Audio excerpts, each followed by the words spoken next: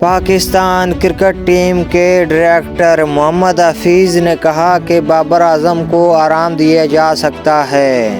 Sydney میں press conference کرتے ہوئے محمد حفیظ نے کہا کہ بابر اعظم کو آرام دینے سے پہلے سوچنا ہوگا کہ بابر اعظم خود کیا چاہتا ہے۔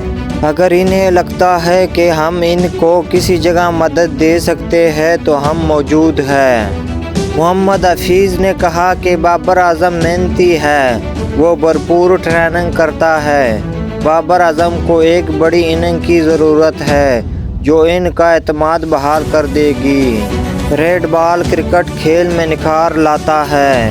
ریڈ بال کرکٹ کھیلنے والے سارے فارمیٹ کھیل سکتا ہے۔ انہوں نے کہا کہ شاہین افریدی نے مجھ سے بات کی اور آرام مانگا۔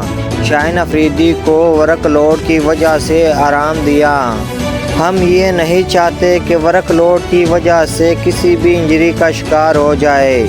یہ نہیں چاہتے کہ ورک لوڈ کی وجہ سے کسی کھلاڑی کا کیریئر خراب ہو جائے۔ یہ تاثر غلط ہے کہ T20 سیریز کی وجہ سے شاہین افریدی کو آرام دیا گیا ہے۔ محمد حفیظ نے کہا کہ نسیم شاہ انجری کا شکار ہے۔ ایسا نہیں کہ وہ نہیں تو ٹیم نہیں چلے گی۔